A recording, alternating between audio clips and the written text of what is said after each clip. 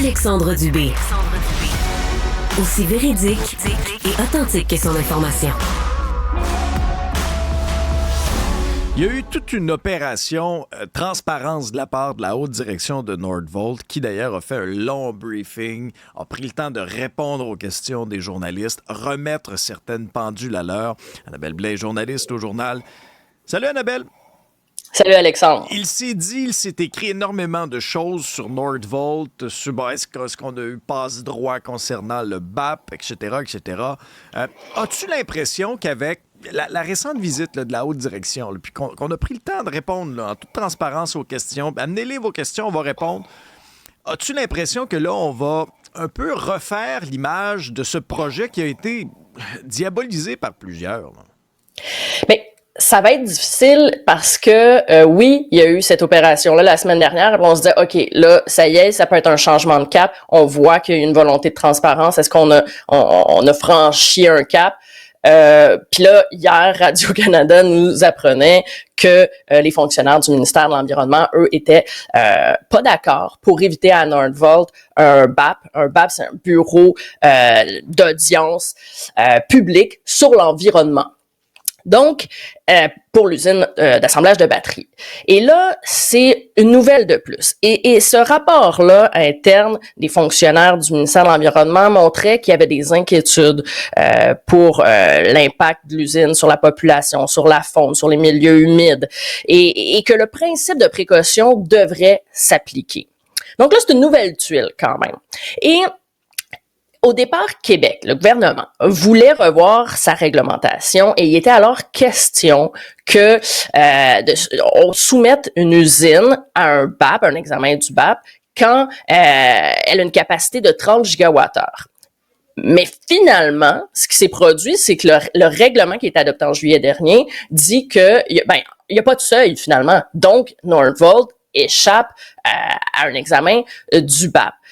Donc là, ce qu'on voit, c'est que, tu sais, oui, il y a eu la semaine dernière, mais là, ça commence ça s'accumule. Il y a tout le temps une mauvaise nouvelle qui revient dans l'actualité. C'est des manœuvres, des rencontres secrètes, des rapports dont on n'avait pas connaissance, qu'on obtient sur le tard. En lien avec ça, je te pose aussi la question. Est-ce que c'est un problème de transparence au niveau de Nordvolt? Ou c'est un problème de transparence, de communication, de relations publiques au niveau du gouvernement? Moi honnêtement, je fais une distinction entre les deux.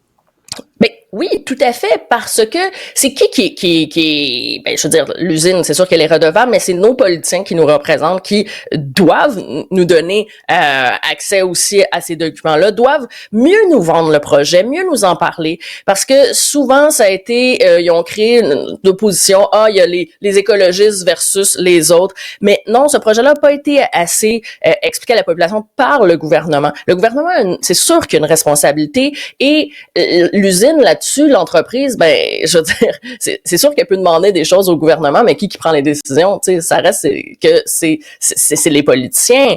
Et moi, toute cette histoire-là de jeu de coulisses ou pour éviter un BAP, et l'attitude des politiciens là-dessus, ça me rappelle, je sais pas si tu te souviens, il y a une dizaine d'années, quand il y avait toute la controverse autour de la cimenterie de Port-Daniel-Gascon, la cimenterie Mécanisme. L'infâme cimenterie. Parce qu'en 2012, je dis infâme parce que oui, elle est encore controversée. Et en 2012, quand le projet a été relancé par la famille Baudouin-Bombardier, je veux dire, eux, ils relancent le projet.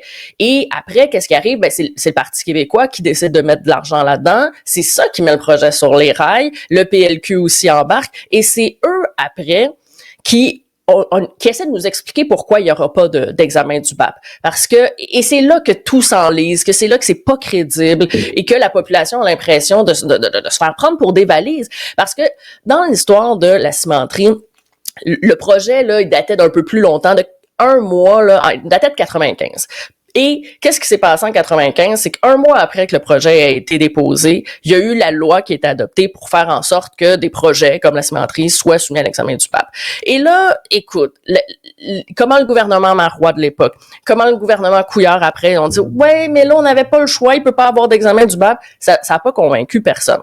Et qu'est-ce qui s'est passé? C'est que écoute, le BAP, là, je veux dire, c'est pas magique non plus, là. Faut pas tout mettre c'est la responsabilité là-dessus, ça reste que c'est des audiences publiques, là, je veux dire, ça change pas le monde, sauf que peut-être qu'un examen du BAP à l'époque aurait permis de mieux entendre les dirigeants de l'entreprise et de mieux voir qu'à l'époque, il y avait un peu de bullshit, je te dirais.